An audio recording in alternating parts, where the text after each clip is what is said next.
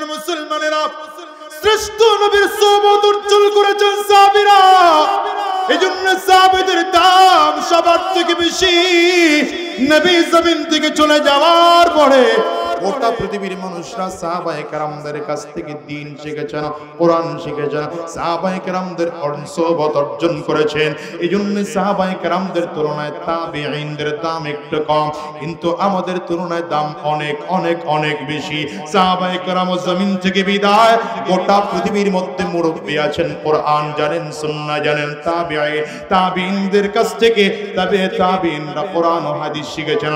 আমার নবী কয়, খায়রুল কুরুনি করনি তুম্মাল্লাযীনা ইয়ালুনাহুম তুম্মাল্লাযীনা ইয়ালুনাহুম। নবী আমার বলেন সবথেকে উত্তম যুগ হলো আমার যুগ, আমার সাহাবীদের যুগ।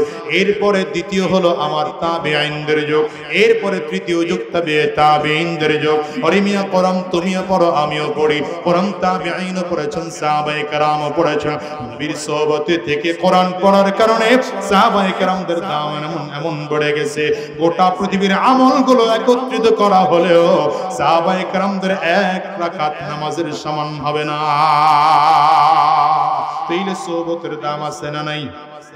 জোরে বলেন, আরো জোরে বলেন। মাদ্রাসা প্রতিষ্ঠিত করা হয় এজন্য কোরআন শেখানো হবে, সোহবত শেখানো হবে, কোরআনও শেখানো হবে, আমল শুদ্ধ করানো হবে, কোরআনও শেখানো হবে, সুন্নাহও শেখানো হবে, কোরআনও শেখানো হবে, নামাজিও বানানো হবে, কোরআনও শেখানো হবে, চুরি থেকে কেমন করে ফিরে থাকতে হয় তেমন আত্মা পরিশুদ্ধ করা হবে।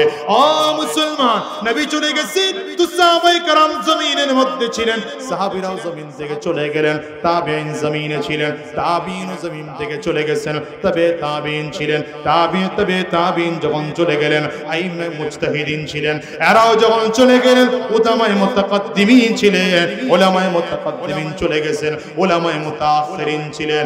আস্তে আস্তে করে এই যুগে বাংলাদেশের হিসাব যদি করো, এমন একটা যুগ ছিল যেই যুগে সদস্য হুজুর রহমাতুল্লাহি আলাইহি এদেশের মানুষকে দ্বীনের কথা বলে বলে বলে শুনাইতেন। একটা সময় এমন ছিল হাফিজ হুজুর রহমাতুল্লাহি আলাইহি এদেশের মানুষকে দ্বীনের কথা বলে বলে শুনাইতেন। যুগের পরিবর্তনের কারণে আল্লাহর এই ওলিগণেরা আল্লাহর ডাকে সাড়া দিয়ে চলে গেছেন। এমন একটা যুগ ছিল শাইখুল হাদিস আল্লামা আজিজুল হক রহমাতুল্লাহি আলাইহি এদেশের মানুষকে দ্বীনের কথা বলে বলে শুনাইতেন। এমন একটা যুগ ছিল আহরে মুফতি আমিন রহমাতুল্লাহি আলাইহি এদেশের মানুষকে দ্বীনের কথা বলে বলে শুনাইতেন। এমন একটা যুগ ছিল যেই যুগে কালো মানিক সৈয়দ ফজলুল করিম রহমাতুল্লাহি আলাইহি আহরে দ্বীনের কথাগুলো বলে বলে শুনাইতেন। আল্লাহর বান্দারা রবের ডাকে সাড়া দিয়ে জমিন থেকে চলে গিয়েছেন। এমন একটা যুগ ছিল আল্লামা শাহ আহমদ শফি রহমাতুল্লাহি আলাইহি দেশের মানুষকে দ্বীনের কথা বলে বলে শুনাইতেন। আল্লামা জুনাইদ বাবু নগরী রহমাতুল্লাহি আলাইহি দ্বীনের কথা বলে বলে শুনাইতেন। আজ আমরা গোটা বাংলার মানুষ মুরব্বি হারিয়েছি, মুরব্বিদের সন্তানেরা উলামায়ে কেরামদের ওয়ারিসরা এখনো আছে। আমি তো মাঝে মাঝে বলি এই চেয়ারগুলোতে বসার যোগ্যতা আসলে আমরা রাখি না। কেন বসলাম? কাফফারানি মাউতুল কুবারা, বড়রা নাই এজন্য আমরা অযোগ্যরা এসে চেয়ারের মধ্যে বসেছি। ওরে যুবক, এই ছোট ছোট উলামায়ে কেরাম এখনো যারা আজকের ময়দানে আছে এরা তোমাদের কাছে ওই নবীর দাওয়াতগুলোই নিয়ে আসছে, নবীজির সাহাবীদের দাওয়াতগুলোই নিয়ে আসছে, কোরআনের কথাগুলোই শোনানোর জন্য এসেছে। এমন একটা যুগ আসবে যেই দিন আমরাও থাকবো না, উলামায়ে কেরামও থাকবে না। আস্তে আস্তে আস্তে আস্তে করে আল্লাহ তাআলা উলামায়ে কেরামদেরকে জমিন থেকে উঠিয়ে নেবেন। একটা সময় এমন হয়ে যাবে গোটা পৃথিবীর মধ্যে আর ইমানদার থাকবে না, কিয়ামত হয়ে যাবে। এই জন্য বলি মুসলমান, যতদিন উলামায়ে কেরাম আছে উলামায়ে কেরামদের সোহবতে থাইকা নিজের আমলটাকে পরিশুদ্ধ করো, কোরআনী জিন্দেগি গঠন করো। ঠিক কিনা? আজ করে কাও না। কোরআনী জিন্দেগি গঠন করলে কেমন দাম মুসলমান জানো? দুনিয়ার সাধারণ মানুষের কোনো দাম নাই, কোনো দাম নাই।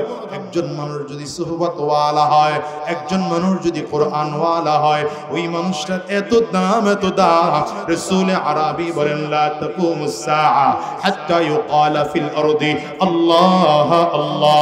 যতদিন পর্যন্ত জমিনের মধ্যে একজন আল্লাহর নাম নেওয়ার মতো মানুষ থাকবে ততদিন আল্লাহ তাআলা কিয়ামত দিবেন না।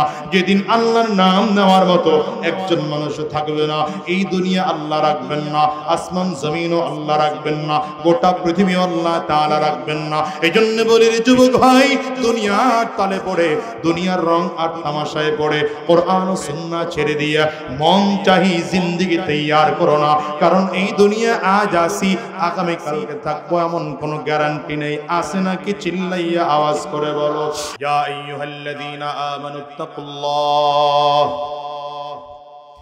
ইয়া আইয়ুহাল্লাযীনা আমানুত্তাকুল্লাহ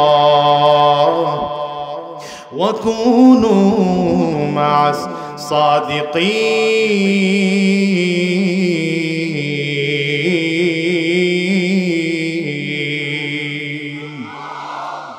এজন্য রব্বে কারীম বলেন দুনিয়ার ইমানদারেরা তাকওয়া অর্জন করো, তাকওয়া অর্জন করো। তাকওয়া অর্জন করার পাশাপাশি সত্যবাদীদের সঙ্গী হও। ওই যে বললাম কোরআনুল কারীম তিলাওয়াত করার দ্বারা তাকওয়া বেড়ে যায়, কোরআনুল কারীম তিলাওয়াত করার দ্বারা ঈমান বেড়ে যায়, ঈমান বেড়ে যায় কোরআন তিলাওয়াতের কারণে। এই যুবক, কোরআন তো পড়েছো, এই কোরআন পড়ার পরে যদি হাক্কানি কোন উলামায়ে কেরামদের সোহবতে অর্জন করে, সোহবতে থেকে থেকে যদি কোরআনুল কারীম শিখতে পারো, তাইলে জীবনটা এমন পরিবর্তন হয়ে যাবে, এমন পরিবর্তন হয়ে যাবে যেমন সাহাবায়ে কেরাম ঈমান আনার আগে জাহান্নামের আসামি ছিলেন, সেই মানুষগুলো আজ জান্নাতের মেহমান হয়ে গেছে।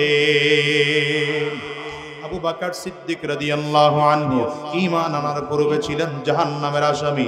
ওমর ফারুক রাদিয়াল্লাহু আনহু ঈমান আনার পূর্বে ছিলেন জাহান্নামের আসামি। কি পরিবর্তন হয়েছে বলো?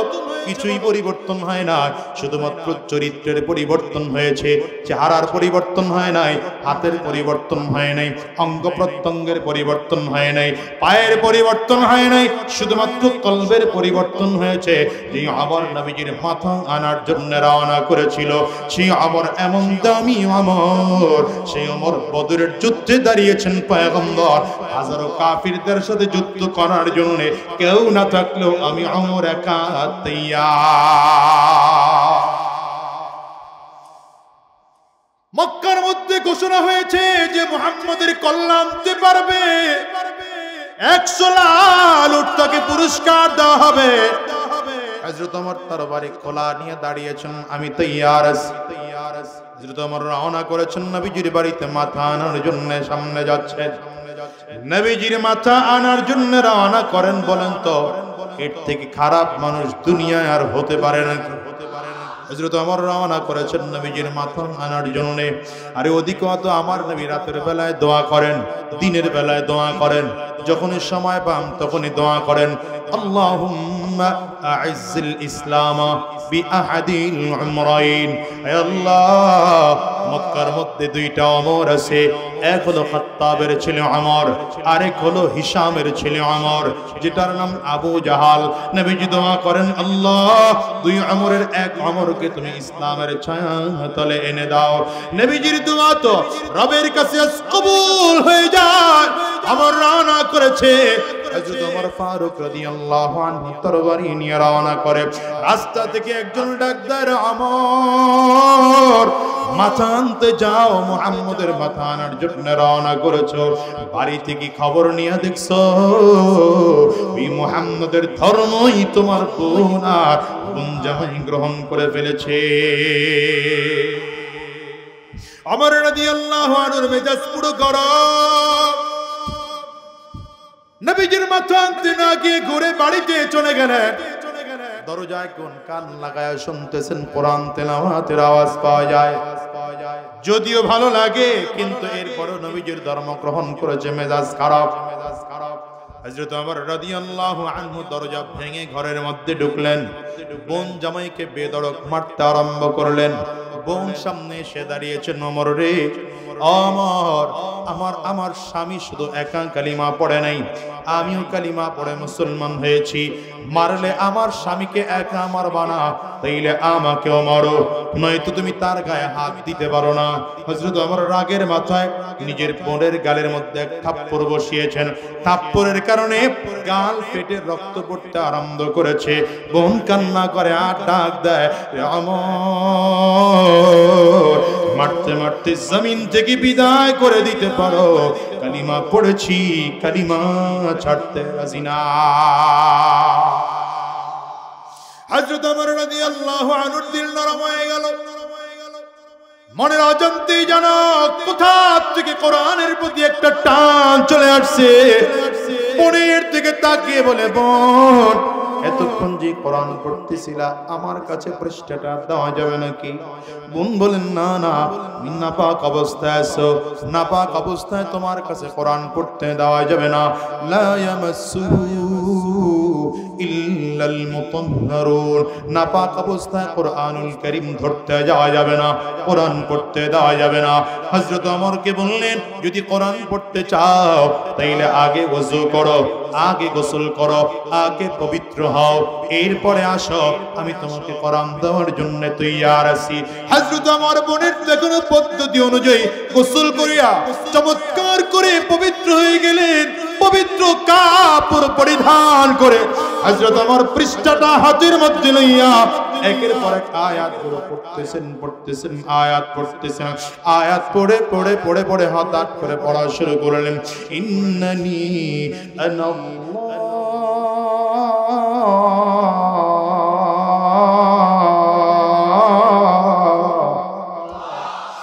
ইন্নানি আনাল্লাহ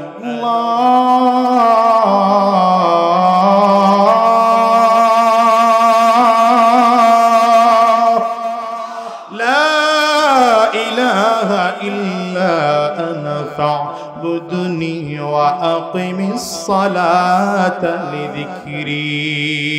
আল্লাহ তাআলা নিজের পরিচয় নিজেই দিয়ে বলছেন। হযরত ওমর আরবি ভাষা বুঝতেন, অর্থ জানতেন, আরব দেশের মানুষ ছিলেন। এই আয়াতের তিলাওয়াত শুনে বুঝতেছে আল্লাহ তাআলা নিজের পরিচয় নিজেই দিয়ে দেয়, আমি সেই আল্লাহ। সুতরাং আমি আল্লাহর জন্য, আমি আল্লাহর ইবাদত করো, আমি আল্লাহর স্মরণ করে নামাজ আদায় করো। হযরত ওমরের চোখ দিয়ে যেন অজান্তে টপ টপ করে পানি পড়তে আরম্ভ হয়েছে। দিল নরম হয়ে গেল।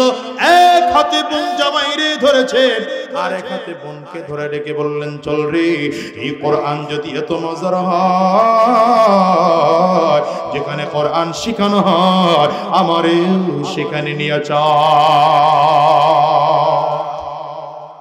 এক হাতের মধ্যে বোন জামাইরে ধরা, আরেক হাতের মধ্যে বোনকে ধরা আছে।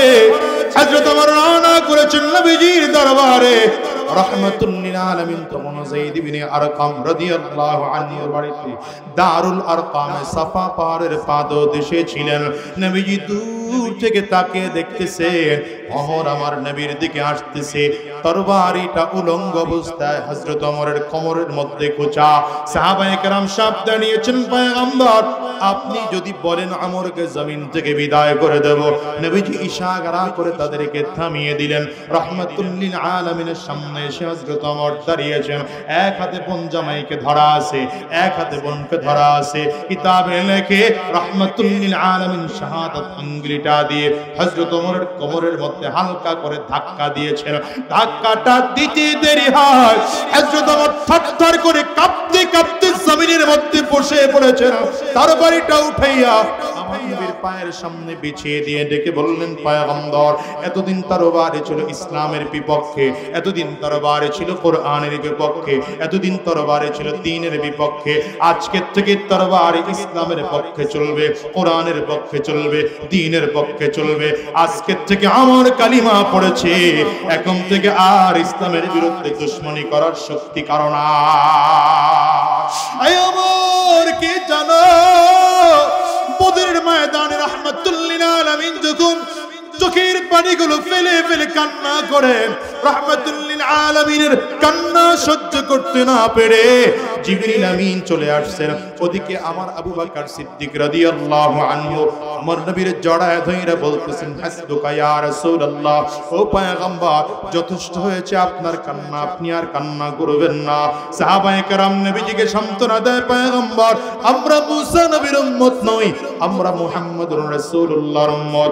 আমরা আপনার ডানে থেকে যুদ্ধ করব, আমরা আপনার বামে থেকে যুদ্ধ করব, আমরা আপনার সামনে পেছনে থেকে যুদ্ধ করব। হযরত ওমর সবাইকে তাক লেকে লাগিয়ে বলছেন, পয়গম্বর আপনার 313 জন সাহাবী যুদ্ধের ময়দানে আসছে, এর 311 জন চলেও যায়, আপনি একা থাকবেন সিপাহ সালার হিসাবে, আমি আপনার সৈন্য হিসাবে থাকব।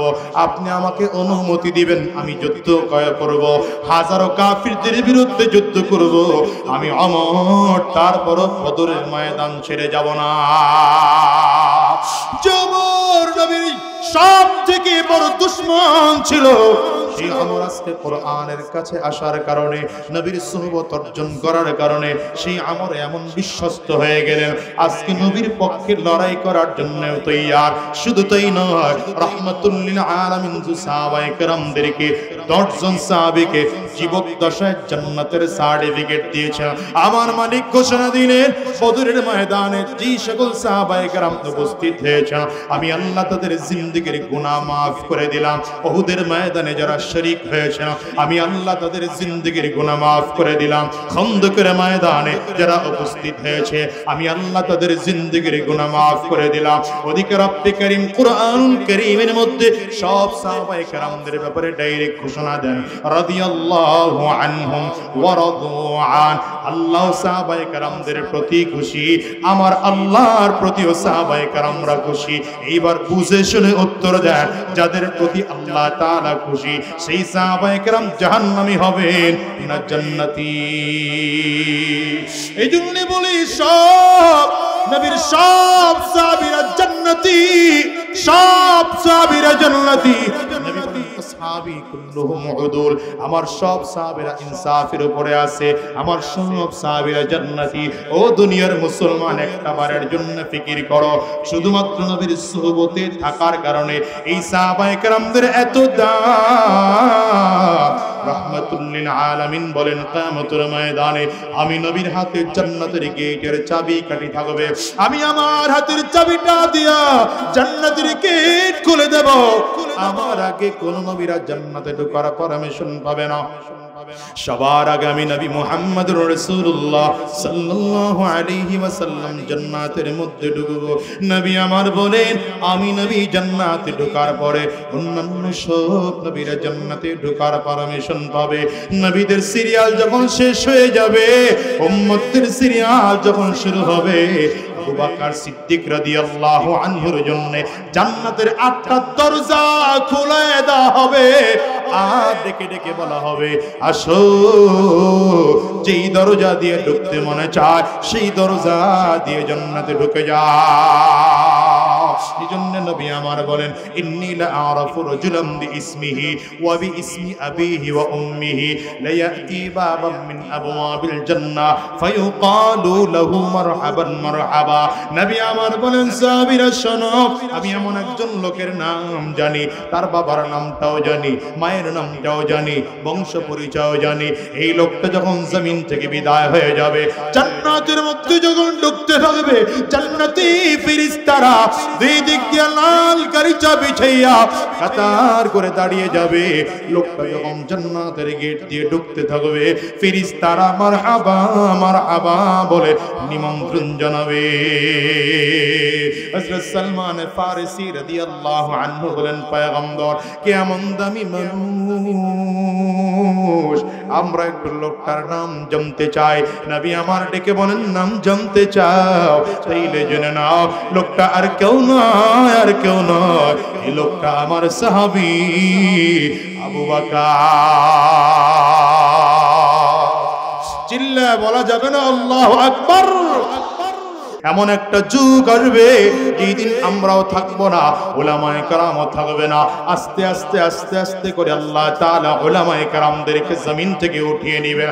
একটা সময় এমন হয়ে যাবে গোটা পৃথিবীর মধ্যে আর ইমানদার থাকবে না, কিয়ামত হয়ে যাবে। এই জন্য বলি মুসলমান, যতদিন উলামায়ে কেরাম আছে, উলামায়ে কেরামদের সুহবতে থাইকা নিজের আমলটাকে পরিশুদ্ধ করো, কোরআনী জিন্দেগি গঠন করো। ঠিক কিনা? আজ করে কাও না। কোরআনী জিন্দেগি গঠন করলে কেমন দাম! মুসলমান জানো, দুনিয়ার সাধারণ মানুষের কোনো দাম নাই, কোনো দাম নাই। একজন মানুষ যদি সুহবত ওয়ালা হয়, একজন মানুষ যদি কোরআন ওয়ালা হয়, ওই মানুষটার এত দাম, এত দাম। রাসূল আরবি বলেন, লা তাকুমুস সাআ হাত্তা ইউকালা ফিল আরদি আল্লাহ আল্লাহ। যতদিন পর্যন্ত জমিনের মধ্যে একজন আল্লাহর নাম নেওয়ার মতো মানুষ থাকবে, ততদিন আল্লাহ তাআলা কিয়ামত দিবেন না। যেদিন আল্লাহর নাম নেওয়ার মতো একজন মানুষ থাকবে না, এই দুনিয়া আল্লাহ রাখবেন না, আসমান জমিনও আল্লাহ রাখবেন না, গোটা পৃথিবী আল্লাহ তাআলা রাখবেন না। এজন্য বলি রে যুবক ভাই, দুনিয়ার তালে পড়ে, দুনিয়ার রং আর তামাশায় পড়ে কোরআন ও সুন্নাহ ছেড়ে দিয়া মন চাহি জিন্দেগি তৈয়ার করো না। কারণ এই দুনিয়া আজ আসি, আগামী কালকে থাকবো এমন কোনো গ্যারান্টি নেই। আছে নাকি? চিল্লাইয়া আওয়াজ করে বলো। এই দুনিয়ায় কত মানুষের বাবা ছিল, আজ বাবা নাই। কত মানুষের মা ছিল, আজ মা নাই। কত মানুষের আত্মীয় স্বজন ছিল, আজ মা নাই। আহারে হিসাব করে দেখো, এখানেও যদি বলি আমি আজাদির ঘরেও তো আমার মা নাই, জমিন থেকে বিদায় হয়েছে। এই মজলিসটাতেও যদি হাত তুলতে বলি, বাজানরে কার কার মা নাই, একটু হাতটা উঁচা করে দেখান। আমার যুবকেরা তাকিয়ে তাকিয়ে দেখুক, হাতগুলো তুলে রাখে। কার কার ঘরে বাবা নাই, আপনারাও হাতটা উঁচা করে একটু দেখান। আমার যুবকেরা দেখুক, হাতগুলো তুলে রাখে। ও যুবক রে, এই মানুষগুলোর চেহারাগুলোর দিকে একটু তাকিয়ে তাকিয়ে দেখো। যতগুলো মানুষ আজকের এই মজলিসে হাত তুলেছে, এদের কারো ঘরে মা নাই, কারো ঘরে বাবা নাই, কারো ঘরে আবার আব্বা আম্মা দুইজনের কেউ নাই। হিসাব করে দেখো, যখন হাত তুলতে বললাম, আল্লাহর কিছু বান্দাদের চোখ দিয়ে পানি পড়তে আরম্ভ হয়েছে। আল্লাহর কিছু বান্দাদের চক্ষু দুইটা লাল। আল্লাহর এমন কিছু বান্দা আছে যাদের চোখ দিয়ে গাল বেয়ে বেয়ে পানি পড়ে। হিসাব মিলাও রে ভাই, যাদের মা চলে গেছে, বাবা চলে গেছে, এমন একটা দিন আসবে তোমাকে আমাকেও জমিন থেকে বিদায় নেওয়া লাগবে। বরঞ্চ আব্বা আম্মার আগে বিদায় নিতে পারি, কারণ দুনিয়া আসার সিরিয়াল আছে, যাওয়ার কিন্তু কোনো সিরিয়াল নাই। আসার সময় আগে দাদা আসে, তারপরে বাবা আসে, তারপরে সন্তান আসে। যাওয়ার সময় এমন হয়, দাদা দুনিয়ায় থাকে, নাতি জমিন থেকে বিদায় হয়, বাবা দুনিয়ায় থাকে, সন্তান জমিন থেকে বিদায় হয়। এজন্য আল্লাহ তাআলা যেহেতু আজকের ময়দানটার মধ্যে এতগুলো মানুষদের মাঝে হাজির করে দিয়েছেন, এই ময়দান থেকে ওয়াদা করে বের হও, আর হারাম রাস্তায় চলবো না, শয়তানি রাস্তায় চলবো না, উলামায়ে কেরামদের বিরুদ্ধাচরণ করবো না, কোরআনের বিরুদ্ধে চলবো না, সুন্নাহর বিপক্ষে চলবো না। যতদিন এই জমিনের মধ্যে থাকবো, রবের গোলামি করে করে চলবো, ইসলামের পক্ষে চলবো, দ্বীনের পক্ষে থাকবো, কোরআন ও সুন্নাহ অনুযায়ী নিজের জীবন সাজাবো। তৈয়ার কারা কারা? দুইটা হাত উঁচা করে আল্লাহরে দেখাও। তো চিল্লাইয়া জোরে ডাক দাও না আল্লাহ। আরো জোরে চিল্লাইয়া ডাক দাও আল্লাহ। চোখে যদি পানি না আসে, কান্নার ভান ধরে ডাক দাও না আল্লাহ। ডানে আর বামে তাকিয়ে দেখো, কার চোখে পানি, ওই মানুষটার দিকে তাকিয়ে নিজের নিজে ধিক্কার মারো। আর চোখের পানি ফেলে ফেলে আমার মালিকের চিৎকার করে জোরে ডাক দাও আল্লাহ।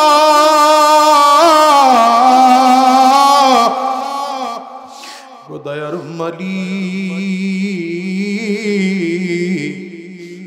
আমরা সবাই মিলে ওয়াদা করলাম আর হারাম রাস্তায় চলবো না।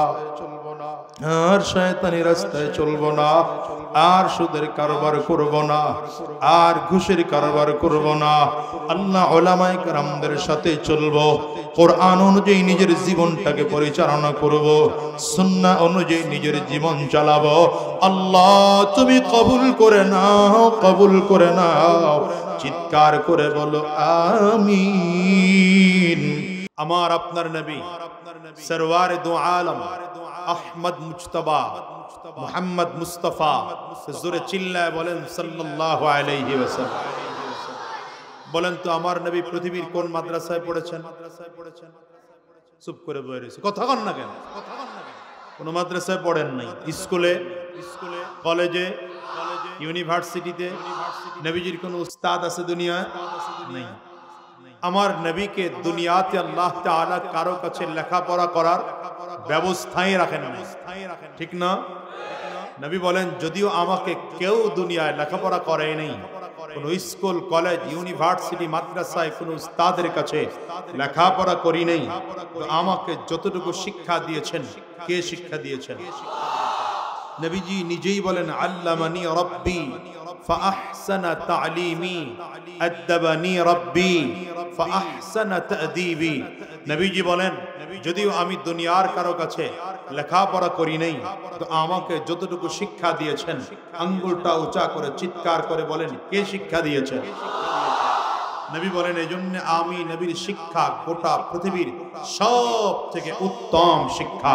চিল্লায় বলেন আল্লাহু আকবার। এবার বলেন আমার নবী দুনিয়ার কারো কাছে লেখাপড়া করেন নাই, করেছেন একমাত্র আল্লাহর কাছে। এখন যদি আপনি গোটা পৃথিবীর সকল শিক্ষিত মানুষদের তালিকা করেন, বলেন তো সবার উপরে কার নামটা দিবেন? কার নাম? ওয়াজ বুঝার লোক নাই, খালি খালি মাহফিল হয়, ওয়াজ বুঝার লোক কম। কার নাম দিবেন? কার নাম দিবেন? নবীজির নাম। আল্লাহ কি আমাদের মতো মাখলুক নাকি? আল্লাহর নাম শিক্ষিত, সবার উপরে কার নাম আসবে? আমার নবীর নাম, ঠিক না? আচ্ছা একটু বুঝে শুনে সচেতন হয়ে বললেন, আমি কিন্তু ওয়াজ করি ভিন্ন স্টাইল, আমি এটাকে ক্লাস মনে করি, ক্লাস। এজন্য আমার সচেতন শ্রোতাগুলো সচেতন থাকতে হয়। ঘুমায় ঘুমায় আমার ওয়াজ শোনা যায় কম, বুঝাও যায় কম। সচেতন থাকেন, সচেতন থাকেন। আচ্ছা আপনি মুসলমান, এজন্য না আপনি আপনার নবীকে, আমার নবীকে সবার উপরে নাম দিবেন। যদি এই তালিকাটা খ্রিস্টানরা করে, তাইলেও কি তারা আমার নবীর নাম সবার উপরে দিবে? দেখছেন না, বুঝেই কইছে না, যে বুঝে নাই, দিবে দিবে। হিন্দুরা করলে তারাও দিবে, বৌদ্ধরা করলে তারাও দিবে। প্রমাণ কি? অক্সফোর্ড ইউনিভার্সিটি পৃথিবীর মধ্যে সবথেকে বড় ইউনিভার্সিটি, আমেরিকায় খ্রিস্টানদের দ্বারা পরিচালিত। এই অক্সফোর্ড ইউনিভার্সিটিতে পৃথিবীর 100 মনীষীদের তালিকা, সবার উপরে আমার আপনার নবীর নাম সেখানে দেওয়া হয়েছে। অথচ আমার নবী দুনিয়ার কোন স্কুলে পড়েন নাই, কলেজে পড়েন নাই, মাদ্রাসায় পড়েন নাই, দুনিয়াতে কেন উস্তাদও নাই। গোটা পৃথিবীর মানুষ একথা স্বীকার করতে বাধ্য যে আমার নবীর থেকে শিক্ষিত মানুষ পৃথিবীর মধ্যে আর হতে পারে। দেখেন রাসূলুল্লাহ সাল্লাল্লাহু আলাইহি ওয়াসাল্লামের উপরে যখন কুরআনুল কারীম নাযিল হয়, জিবরিল আমিন এসে আমার নবীকে প্রশ্ন করলেন আর বললেন ইকরা ইয়া মুহাম্মদ, মুহাম্মদ আপনি পড়েন। নবীজি কি বললেন? মা আনা বিকারিন, আমি পড়তে জানি না, আমি পাঠক নই, আমি পড়ি নাই, পড়তে জানি না। আচ্ছা জিবরিল আমিন এরপরে কি করলেন? নবী বলেন ফাআখাযানি ফাগাত্তানি হাত্তা বালাগা মিন্নিল জুহুদ। জিবরিল আমাকে ধরলেন, সিনার সাথে সিনা মিলালেন, সিনা মিলিয়ে চাপ দিলেন, এত জোরে চাপ দিয়েছেন ব্যথা পেয়েছি আমি নবী। নবী বলেন ফাআরসালানি, এরপরে জিবরিল আমাকে ছেড়ে দিলেন, ছেড়ে দিয়ে আবারও বললেন ইকরা। নবীজি আবারও বললেন মা আনা বিকারিন, আমি পড়তে জানি না। জিবরিল আবারও ধরলেন, আবারও সিনার সাথে সিনা মিলিয়ে আবারও চাপ দিলেন, আবারও ছেড়ে দিলেন, আবারও বললেন পড়েন। নবীজি আবারও বললেন পড়তে জানি না। জিবরিল আবারও ধরলেন, চাপ দিলেন, ছেড়ে দিলেন, ছেড়ে দিয়ে বললেন ইকরা বিসমি রাব্বিকাল্লাযী খালাক। যে প্রভু আপনাকে সৃষ্টি করেছে সেই প্রভুর নামে আপনি পড়েন।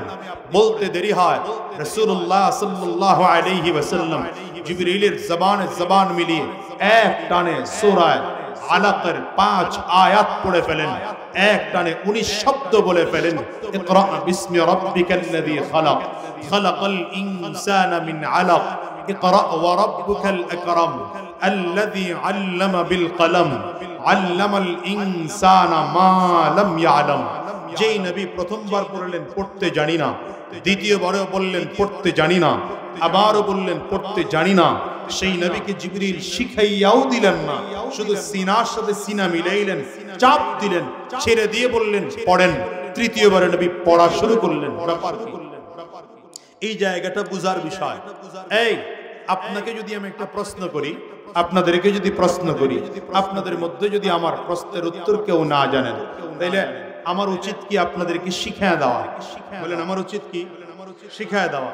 জিবরিল আমিন নবীকে শিখাইলেন না, আলাদা না শিখিয়ে সিনার সাথে সিনা মিলিয়ে চাপ দিলেন, ছেড়ে দিলেন, ছেড়ে দিয়ে আবারও বললেন পড়েন।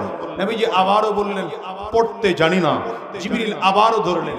এই চাপ দিয়া গোটা পৃথিবীর মানুষকে বুঝাতে চেয়েছেন এমন একটা যুগ আসবে, যেই যুগে ডাক্তার সাহেব ক্রেডিট নিবে যে আমার কাছ থেকেও দিন পাওয়া যায়, ইলম পাওয়া যায়। অ্যাডভোকেট সাহেবও ক্রেডিট নিতে চাবে, আমার কাছ থেকেও দিন পাওয়া যায়, ইলম পাওয়া যায়। ইঞ্জিনিয়ার সাহেবও ক্রেডিট নিতে যাবে যে আমার কাছ থেকেও দিন শেখা যায়, ইলম শেখা যায়। মানুষ মনে করতে পারে ইন্টারনেট ঘাটলেই দ্বীনের ইলম পাওয়া যায়, ফেসবুক চালাইলে, গুগলে সার্চ দিলেই দ্বীনের ইলম পাওয়া যায়। এই কথাকে চিরদিনের জন্য মুছে দেওয়ার জন্য জিবরিল এই পদ্ধতি করেছেন। দুনিয়ার সব ইলম ইন্টারনেট ঘাটলে পাওয়া যেতে পারে, ফেসবুক ঘাটলে পাওয়া যেতে পারে, গুগলের মধ্যে সার্চ দিলে পাওয়া যেতে পারে। কিন্তু কোরআনের জ্ঞান যদি শিখতে হয় তাহলে যোগ্য কোনো উস্তাদের নেতৃত্বে গিয়া সুহবতে থেকে কোরআন শিখতে হয়। এটা ইন্টারনেট দিয়ে শেখা যায় না, ফেসবুক দিয়ে শেখা যায় না। কারণ কোরআনুল কারীমের জ্ঞান শুধু জ্ঞান অর্জন করার নাম নয়, বরং সুহবতে থেকে নিজের চরিত্র কোরআনের মতো গঠন করার নাম হচ্ছে কোরআনের জ্ঞান শিক্ষা করা। নবী আলাইহিস সালাম এই জন্য বলেন আল আলিম মান আমিলা বিইলমি, আলেমকে যে নিজের ইলম অনুযায়ী আমল করে। অনেক জ্ঞান অর্জন করেছে, সুহবতে থেকে নিজের আমল পরিবর্তন করতে পারে নাই, নবীজির হাদিস অনুযায়ী সে আলেমই হয় নাই। বুঝেননি কথা? এই হলো এক উত্তর। দ্বিতীয় নম্বর, রাসূলুল্লাহ সাল্লাল্লাহু আলাইহি ওয়াসাল্লাম জিবরিল প্রথমবার বললেন পড়েন, নবী পড়েন নাই, আবারও বললেন পড়েন, নবী পড়েন নাই, আবারও বললেন পড়েন, নবী পড়েন নাই। কিন্তু জিবরিল যখনই বললেন ইকরা বিসমি রাব্বিকাল্লাযী খালাক, নবীজি পড়া শুরু করলেন। তার মানে হলো গোটা পৃথিবীর মানুষকে নবী বুঝাইতে চাইলেন যেই পড়াতে আল্লাহর নাম আছে, আমি নবী সেই পড়া পড়ব। যেই পড়াতে আল্লাহর নাম নাই সেই পড়া আমি নবী পড়তেও চাই না, কাউকে শিখাতেও চাই না। জোরে কোন? এই যে দেখেন না, যেই পড়ায় আল্লাহর নাম নাই সেই পড়া পড়লে কি হয়? মানুষ আদমের সন্তান না, মানুষ বানরের সন্তান। এটা শিখতে হয়। শিখছেন না আপনারা এগুলো? এতদিন কথা কন না কেন? শিখছেন না এগুলো? আমার দেশের ছাত্রদেরকে এগুলো শেখানো হয়েছে, স্কুলে শেখানো হয়েছে। তুমি আদমের সন্তান নয়, তুমি বানরের সন্তান। বিসমিল্লাহ ছাড়া পড়া এটা। বিসমিল্লাহ ছাড়া পড়া পড়লে কি হয়? বিসমিল্লাহ ছাড়া পড়া পড়লে মানুষ ট্রান্সজেন্ডারের প্রমোট শিখে।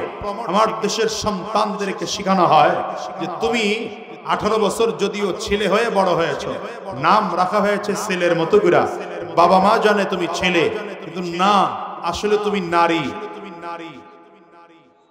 নাউজুবিল্লাহ কওয়ার লোক ফরিদপুর নাই, ঢাকায় গিয়া নাউজুবিল্লাহ শোনা লাগবে। ট্রান্সজেন্ডারের থিওরি কি?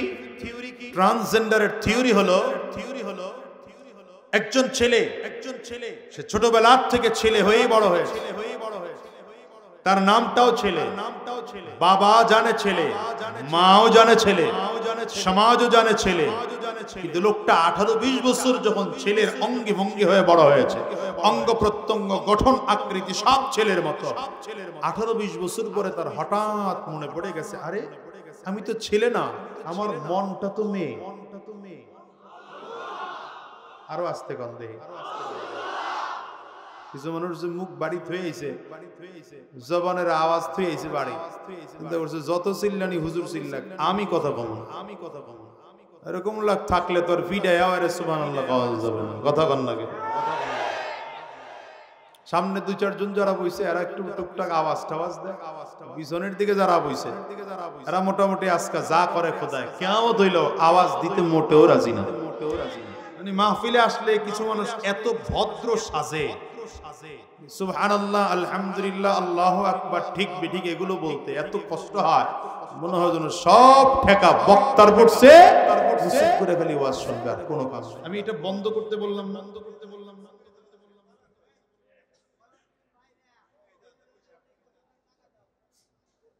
ভাইরা আমার, যেই পড়ায় আল্লাহর নাম নাই সেই পড়ায় মানুষ হওয়া যায় না, যেই পড়ায় আল্লাহর নাম নাই সেই পড়ায় সত্যিকার মানুষ হওয়া যায় না, সেই পড়ায় আল্লাহর দরবারে শিক্ষিত হওয়া যায় না, সেই পড়ায় চরিত্রবান হওয়া যায় না। এই জন্য আমার দেশে ডাক্তার হয়, ইঞ্জিনিয়ার হয়, অ্যাডভোকেট হয়, পাইলট হয়, ব্যারিস্টার হয়, খোঁজ খবর নিয়ে দেখেন মানুষ হইতে পারে না। কি কথা বলেন না?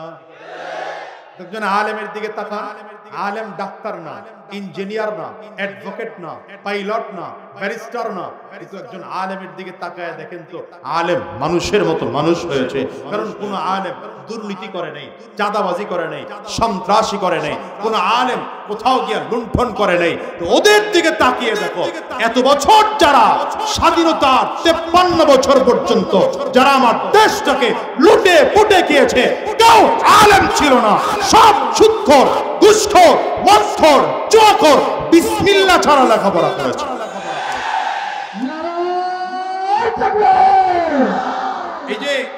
এই যে এখন বৈষম্য বিরোধী আন্দোলন করতে হলো ছাত্রদের স্বাধীনতার 53 বছর পরে এসে, কারণটা কি বলেন? আমি তো মাঝে মাঝে বলি এর কারণ হলো এই 53 বছর পর্যন্ত আমার দেশ কোন কোরআন ওয়ালা শাসন করে নাই, কোরআন দিয়ে শাসন করা হয় নাই, ইসলাম ওয়ালারা শাসন করে নাই। যদি এই দেশ কোরআন ওয়ালারা শাসন করত, ইসলাম ওয়ালারা শাসন করত, ক্ষমতায় যদি কোনো আলেম উলামায়ে কেরাম থাকতো, খোদার কসম করে বলি এদেশে বৈষম্য বিরোধী আন্দোলন করা লাগতো না। ঠিক না? ঠিক না? ঠিক না? তাহলে দুইটা কথা বুঝেন এখান থেকে। এক নম্বর কথা, কোরআন শিখতে হলে সুহবত অর্জন করতে হয়, সুহবত অর্জন করে কোরআন শিখতে হয়। দ্বিতীয় হলো যেই পড়ায় বিসমিল্লাহ নাই ওই পড়ার দাম নাই, যেই পড়ায় বিসমিল্লাহ আছে সেই পড়ার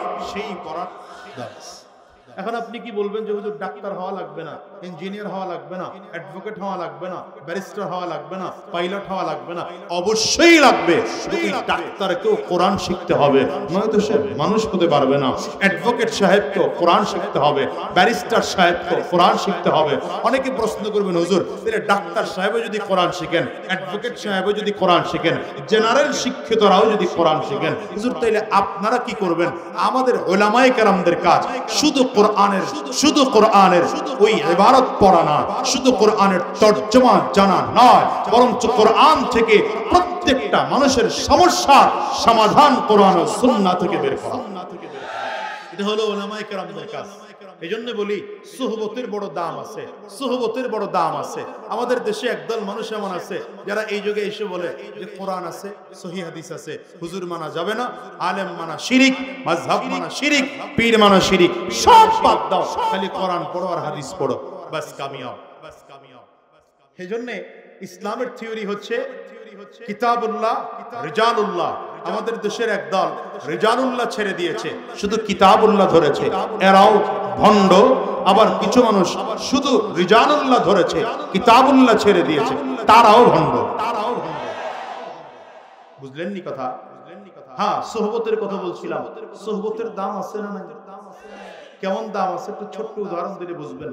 আচ্ছা, কোরআন সাহাবায়ে কেরাম যে কোরআন পড়েছেন, তাবেঈন কি একই কোরআন পড়ছেন? হ্যাঁ, না কইলো কেডা কত না বুঝেন না শ্রোতা আছে দেখছেন সাহাবায়ে কেরাম যে কোরআন পড়েছেন একই কোরআন তো তাবিঈনরাও পড়ছেন নাকি কোনো ব্যবধান ছিল তবে তাবিঈন একই কোরআন পড়ছেন আইম্মা মুজতাহিদিন একই কোরআন পড়েছেন উলামায়ে মুতাকাদ্দিমিন একই কোরআন পড়েছেন উলামায়ে মুতাআখিরিন একই কোরআন পড়েছেন আমি আপনি ওই একই কোরআন পড়ি সাহাবায়ে কেরামদের যুগে কোরআন যা ছিল এখনো তা আছে সেম কোরআন যদি সাহাবায়ে কেরাম পড়েন আমি আপনিও পড়ি তাহলে নবীর সাহাবী হলো কেন কোরআন পড়ার কারণে না কোরআন নবীর সুহবতে থেকে পড়ার কারণে বুঝেন নাই বেশটা কোরআন পড়ার কারণে সাহাবী হয় নাই বরঞ্চ কোরআন নবীজির সুহবতে থেকে পড়ার কারণে সাহাবী হয়েছে সাহাবী কাদেরকে বলে যারা ঈমানি হালাতে নবীকে দেখেছেন ঈমানি হালাতে ইন্তেকাল করেছেন এদেরকে সাহাবী বলে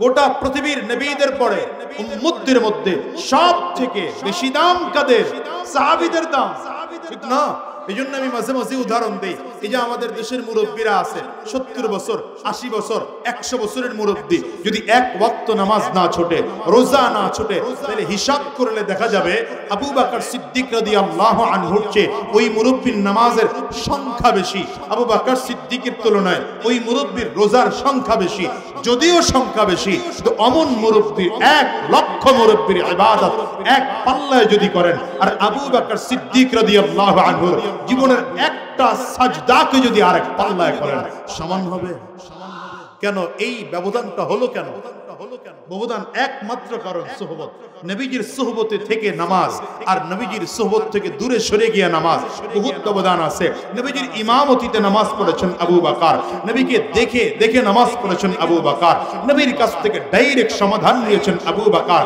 তো আবু বকরের সম্মান আর আপনার আমার সম্মান কোনো দিন সমান হতে পারে না এজন্য যেই মানুষটা নবীর সুহবতে গিয়েছেন সে সাহাবী হয়েছেন গোটা পৃথিবীর মধ্যে সবথেকে দামি হয়েছে গোটা পৃথিবীর মধ্যে সবথেকে দামি হয়েছেন মাদ্রাসায় আবাসিক সিস্টেম কেন থাকে মাদ্রাসায় লিল্লা বোর্ডিং কেন থাকে স্কুল কলেজ ইউনিভার্সিটিতে তো ক্লাস শেষ শিক্ষক ছাত্রের সাথে কোনো যোগাযোগ নাই মাদ্রাসায় 24 ঘন্টা উস্তাদ নিগরানি দিয়ে রাখেন কারণ হলো যে ছাত্রটা কোরআন শিখতে এসেছে ওর আব্বা আর আম্মা শুধু কোরআন শেখার জন্যই পাঠান নাই বরঞ্চ এই সন্তানটাকে পাক্কা নামাজি বানানোর জন্যও এই কোরআন শেখার পাশাপাশি চরিত্রবান বানানোর জন্যও এই সন্তানটাকে দুনিয়ার সব দিক থেকে আলাদা করার জন্য মাদ্রাসায় পাঠায় কথা কন না এই জন্য শিক্ষক এই সবগুলো খেয়াল করে নামাজ পড়ছুত কিনা 5 ওয়াক্ত হাজিরা নাই রোজা রাখছুত কিনা 5 ওয়াক্ত হাজিরা নাই সকালবেলা অমুকের কোরআন তেলাওয়াত করছো কিনা অমুক সূরা তেলাওয়াত করছো কিনা সন্ধ্যাবেলা এই আমল যোহরের পরে এই আমল আসরের পরে এই আমল মাগরিবের পরে এই আমল ইশার পরে এই আমল উস্তাদ 24টা ঘন্টা নিগরানি করে হ্যাঁ এরপরে একজন আলেম হয় এই সুহবতের জায়গায় একটু গ্যাপ হয়ে গেলে কখনো আলেম নামের কিছু জালেমও তৈরি হয় বুঝেন নাই কথা আমি মাঝে মাঝে বলি আলোচনায় এই যে কিছু বক্তা করে দেখবেন খালি উলট পালট কথা কয় আর পুরো ফেসবুক পাড়ায় পেস লাগায় ফেলায় খোঁজ নিয়ে দেখবেন এদের সুহবত নাই কোন হাক্কানি আলেমদের সাথে এদের সম্পর্ক নাই একা একা নিজে মুরব্বি সাজছে একা বীর আকাবির না একা মুরব্বি নাই আর যাদের মুরব্বি আছে দেখবেন কথায় ভুল কম ঝামেলা কম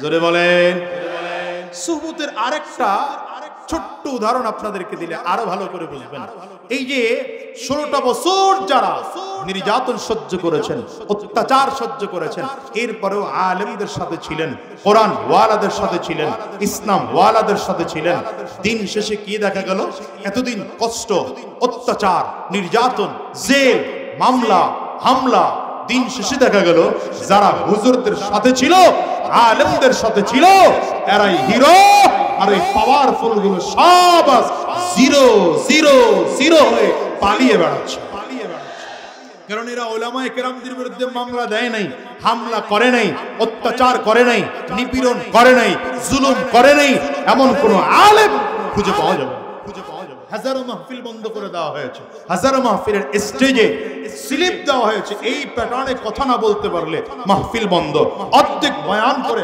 মাহফিল বন্ধ করে দেওয়া হয়েছে। কথা কন না কেন? ঢাকা মাদানী নগর মাদ্রাসার যিনি নায়েবে মুহতামিম, আমার মিশকাতের উস্তাদ, তিনি মামলা খেয়েছেন। কি মামলা? রমনা বটমূলে হামলা। তিনি রমনা বটমূলে হামলা করছেন। তো আমরা একদিন ছাত্র জমানায় হুজুরকে জিজ্ঞাসা করলাম, হুজুর আপনি রমনা বটমূল গেলেন কেন? হুজুরকে আমি তো চিনিই না, গেলাম কবে? রমনা বটমূলে হুজুর জানি নাই, তার বিরুদ্ধে মামলা দেওয়া হলো। বুঝেন না রে, জাতি বুঝে না। রমনা বটমূলে হামলা করছে আল্লামা দিলওয়ার হোসেন সাইদি সাহেবের বিরুদ্ধে মামলা দেওয়া হলো। তিনি স্বাধীনতা যুদ্ধের সময় নারী নির্যাতন করছেন। নাউজুবিল্লাহ, আগামী বছর মাহফিল হইলে এক ফাঁকে কয়ালাইয়া আজকে থাক না কইলেও চলবে। আল্লামা খালিদ সাইফুল্লাহ আইয়ুবীর বিরুদ্ধে মামলা দেওয়া হলো। তিনি গুলিস্তানে ককটেল নিক্ষেপ করছেন। আমি একদিন খুব হাসির ছলে বলছিলাম, বড় ভাই আপনি তো ককটেল নিক্ষেপ করছেন, বানাইতে টানাইতে জানেন, আমাকে একটু কয়া দেন না, কামে লাগবে। আইয়ুবী সাহেব বলেন আমি তো চিনিই না। আল্লামা মামুনুল হক সাহেবের বিরুদ্ধে মামলা দেওয়া হলো, নারী ধর্ষণ করেছে। কুয়াকাটা হুজুরের বিরুদ্ধে মামলা দেওয়া হয়েছে, ইহসান গ্রুপের টাকা আত্মসাৎ করেছেন, অথচ বেচারা মাত্র একদিনের মাহফিলে গেছে দাওয়াত। পীর সাহেব চরমনাইয়ের বিরুদ্ধে মামলা দেওয়া হলো, 10,000 টাকা পকেট মার দিয়েছেন। শায়েখে চরমনাই মুফতি সৈয়দ ফয়জুল করিমের ব্যাপারে মামলা দেওয়া হলো, তিনি কোন এমপির নাকি ঘুষি দিয়া দাঁত ফালায় দিয়েছেন। আমি নগণ্য, আমার বিরুদ্ধে মামলা আছে। কি মামলা দেওয়া হলো? আমি নাকি কার বাড়ির গাছ কাইটা নিয়ে আসছি। তো আমি বলি, যারা উলামায়ে কেরামদের প্রতি নির্যাতন করেছো, জুলুম করেছো, অত্যাচার করেছো, উলামায়ে কেরামদেরকে ঘরে ঘুমোতে ঠিকমতো দাওনি, উলামায়ে কেরামদেরকে ময়দানে বয়ান করতে দাওনি, হাজারো মাহফিল বন্ধ করে দিয়েছো, হাজারো কোরআনী আলোচনা মাঝামাঝি চলা অবস্থায় বন্ধ করে দিয়েছো। দিন শেষে তাকিয়ে দেখো, আমরা উলামায়ে কেরাম আজও রাজা বাদশার মতো করে কথা বলি, আমরা উলামায়ে কেরাম আজও মাথা উঁচু করে কথা বলি, আমরা উলামায়ে কেরাম আজও গলা উঁচু করে কথা বলি, আমরা উলামায়ে কেরাম আজও বুক টান করে কথা বলি। যারা আমাদের বিরুদ্ধে মামলা করেছো, হামলা দিয়েছো, চক্রান্ত করেছো, ষড়যন্ত্র করেছো, কলা পাতার বিছানায় ঘুমাইয়াও শেষ বাঁচা বাঁচতে পারো নাই। আরে দাড়ি কামাইয়া, চুল কামাইয়া, কলপ লাগাইয়া, নৌকায় উঠা বাঁচতে পারো নাই, বাঁচতে পারো নাই, বাঁচতে পারো নাই। হাত উঁচু করে কাও, হাত উঁচু করে বলো ঠিক কেনা।